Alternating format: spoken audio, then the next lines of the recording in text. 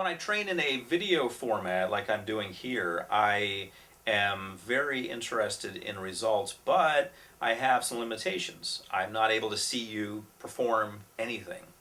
Or am I? I can ask you to submit a video, which as part of this program you will be asked to do. You will be asked to submit a video so that I can see you. So I do have ways of getting eyes on you if I need to. And in many cases it's very helpful to do that. But if you train in person, you have a lot more flexibility with that. You can actually see people do things. So realize your job is not to stand up there and talk for 8 hours a day for 3 days or a week or 2 days or however long you want to train. That's not your job.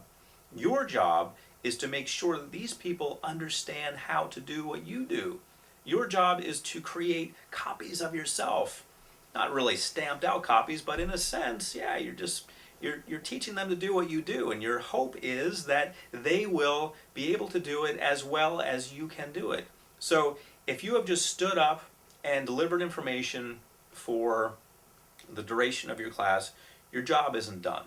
You need to assess. You need to make sure that they're actually learning it. So through correspondence courses, if you will, such as this one, we have limited assessment tools.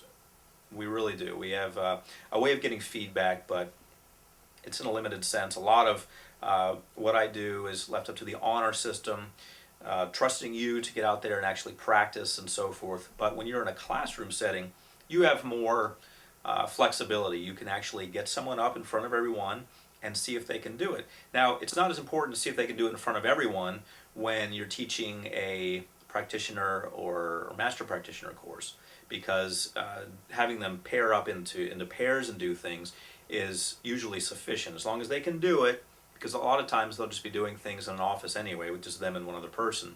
But in a trainer's training program, having them do it in front of the group is important. That's where you're making sure that they actually know how to do things in front of everyone. So realize what you're shooting for and make sure that you really go for that. So rather than just imparting information, you need to make sure that people can regurgitate it in a helpful way.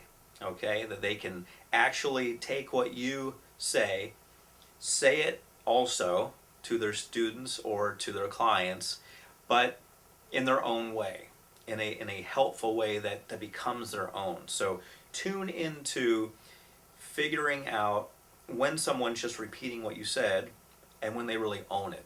There's a big difference. When you say, okay, here's how to do this, you touch this, and you say this at that time and so forth. A lot of NLP is just technique, and you're just teaching this, and okay, and I can do this and do that and do that. If they're just repeating what you said in the same way that you said it, they're just getting the information out, but not in a meaningful way, and they haven't really owned it. You want to make sure that they're getting it back out in a way that actually makes sense in terms of them having put their flavor on it. They now own it. They are flexible with it. They can change it up a little bit. They're not just using your exact examples when they reproduce it.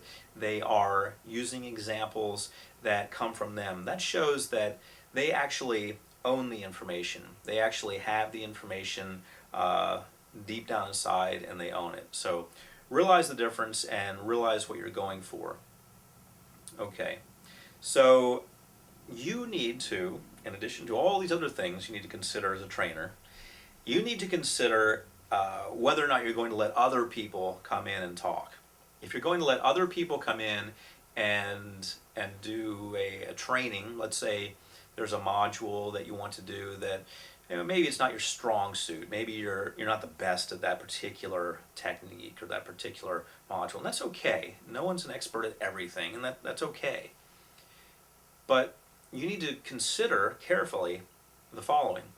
If you have a technique that you're thinking, oh, I could get a guest speaker in, or maybe it's just their expertise, maybe they're known, maybe they're world renowned for that technique, and maybe they invented it even, and you want to get them in to teach it.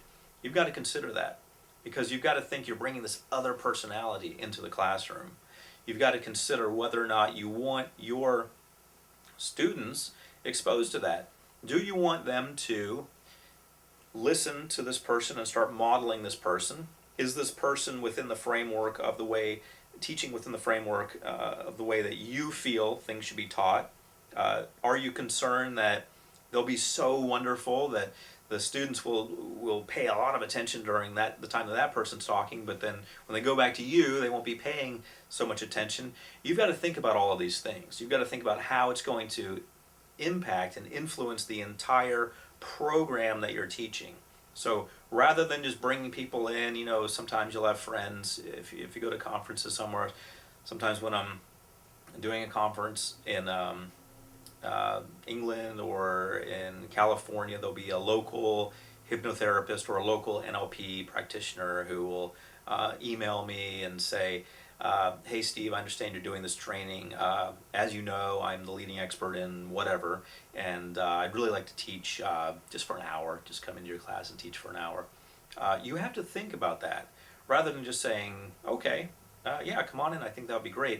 You have to think about whether their form of teaching really goes with your form of teaching, whether the basis from which they teach really goes with yours. So here's what you don't want to do. This is from experience also. This happened to me in Montreal, Canada.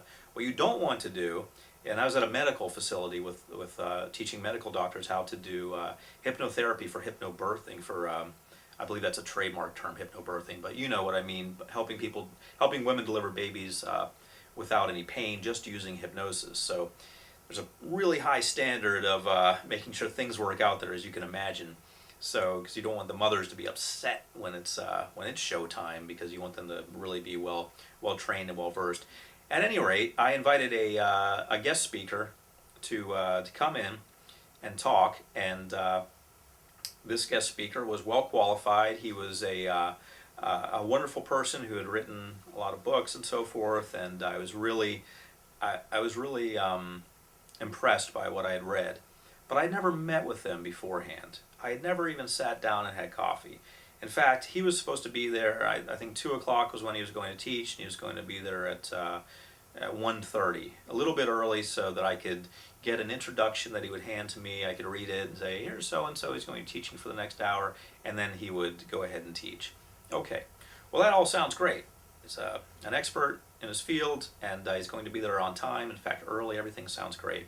What happened was, in reality, that he didn't really fit the mold of the class. There was a certain way I was teaching things, and there was a certain way I was teaching everyone to perform hypnosis, and there's a lot of variability when it comes to teaching hypnosis or teaching NLP. Different people have different philosophies of the way it should be taught. His philosophy was in a certain way that really went against the way that I felt it should be taught, and it really took everyone out of the program mentally, at least for a little while, until I could come back in and say, okay, well, there are various ways of teaching, this isn't right or wrong, this is just the way it is. So it really just kind of almost sucked the energy out of the room, for lack of a better expression. So, and then we recouped from there.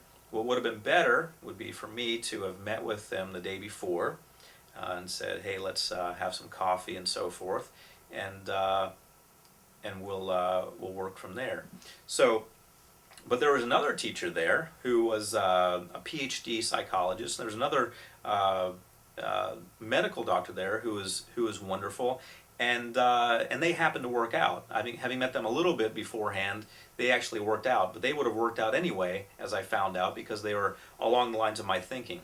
But the point is, you need to assess this first. You are in charge of the presentation that's happening. You need to make sure that you're not going to have someone come in there who's way off in left field, talking about something that's true for them, but something that doesn't go along with the way you think things should be taught. So make sure that you are presenting things in a way that's coherent. And that doesn't just mean your presentation, that means every presentation that happens during the course of those students learning from you.